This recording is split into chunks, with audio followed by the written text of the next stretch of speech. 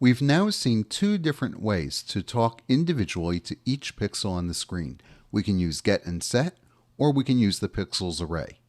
Anything you can do with get and set, you can do with pixels, and vice versa. In this video, I'll compare the two methods. To get started, let's look at a program that draws a picture that covers the entire graphics window. I have two versions of the draw routine, one that uses get set and one that uses pixels, but they both produce exactly the same result.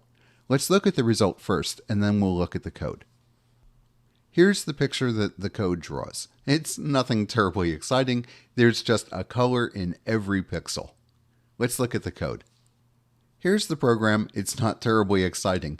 Let's first look at setup. Setup is unsurprising. I just call size and smooth. And draw has just one line. Either I call draw with set or draw with pixels to create the image in two different ways. Let's look at draw with set first. Here's the whole routine. One by one, I affect each pixel. We start with two nested loops, and this way we get to refer to every single pixel in the graphics window. What do? We call set. Set takes three arguments as always, the X and Y of the pixel we want to affect, and the color we want to put in there. And this is just some crazy thing that I cooked up that uses X and Y and the mod operator, and I just played around with stuff until I got something that looked interesting, because I wanted to use X and Y in the color. So draw with set simply goes to every pixel on the screen and calls set. Let's now compare this with draw with pixels. This time we're going to use the pixels array. Very important. First thing we do before we do anything with the pixels array is we call load pixels. That makes sure that the pixels array holds the current contents of the screen. And when we're all done, the very last thing we do is call update pixels. If we forget that, we'll never see the results of our work. The insides look just like draw with set. I have two nested loops for Y and X, exactly the same as draw with set. But here's the line where I assign to the pixels array. And you can see that I used exactly the same crazy color that I used when we called set. So which entry in the pixels array do I assign to? We just used the little formula we saw in our previous slide, y times width plus x. So let's run the program again. It doesn't matter whether we use set or the pixels array. They both produce exactly this picture. One difference we might see is what's happening as the picture is being built up. When you call set, the color of that pixel changes immediately because set changes the value of the pixels that you can see. When you use the pixels array, all of those changes are happening in the computer's internal memory. We don't see anything until we call update pixels, and then bam, all the pixels get updated at once. So if your program is kind of slow and you use set, sometimes you can actually watch the pixels change. So let's compare the pros and cons of the two techniques. First, we'll look at get and set. If we want to get a color, we just hand it XY, we get back the color. If we want to set, we just call set with X and Y, and it puts that color into the screen immediately. The big advantage of using get and set is that they're easy. This is all there is to it. You don't have to think about it at all. A second advantage, which is really wonderful, is that they are safe. You can call get and set for pixels that are off screen, and nothing bad will happen. If you ask for a pixel that is off screen using get, say you ask for get -5 -5, you'll simply get back black. If you try to set a pixel that is off screen, say you try to set -5 -5, processing simply ignores that.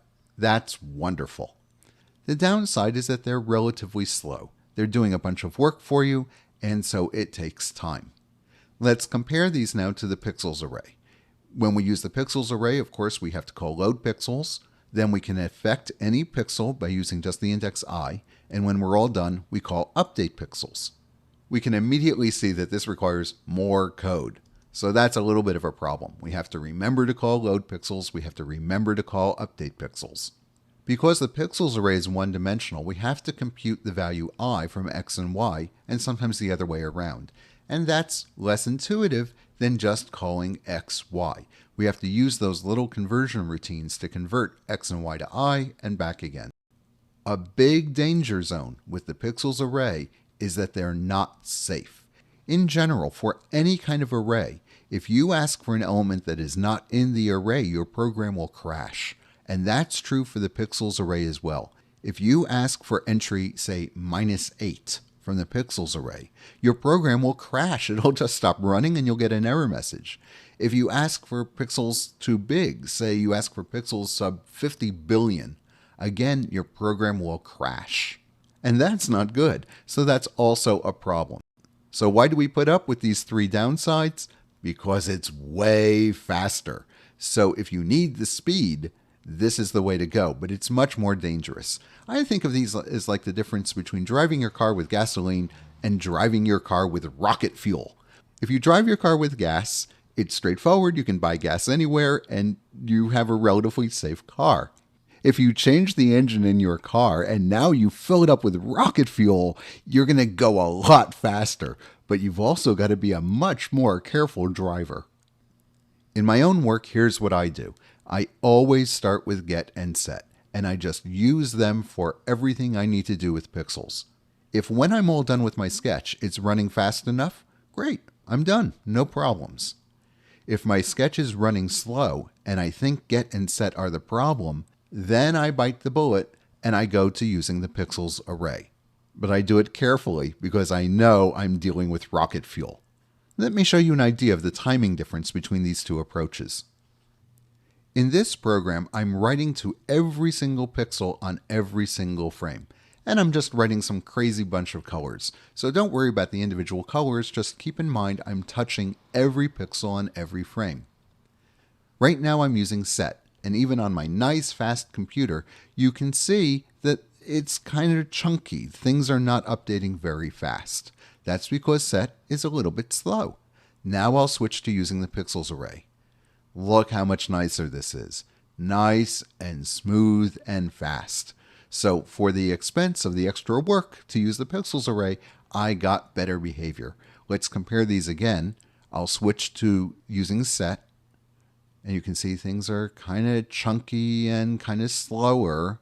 And then I'll switch to the pixels array and things are nice and fast. Here's a picture that I took at a local park. Let's look at some of the things that we can do with it by manipulating pixels. These will all be simple operations. One thing to keep in mind is I'm going to be affecting the pixels as the program is running. So I'm not saving a copy of the picture, changing it, and putting up a new copy. Instead, as I manipulate the picture, I'm always updating the pixels. So every time I make a change to any pixel, it builds on all the changes I've already made. This is normally a pretty risky thing to do. Returning to our car analogy, it's like changing the tires on your car while you're driving down the highway at 60 miles an hour. Normally, this is going to give you some weird results, but sometimes those results are actually very attractive. So just for fun, let's look at some things we can do. The first thing we'll do is I'll kind of zoom the picture in, and I'll have it zoom in towards the mouse. And you can see I'm getting some weird little artifacts here, and that's because I'm changing all the pixels in place. But I still think it looks kind of cool, so I don't mind it.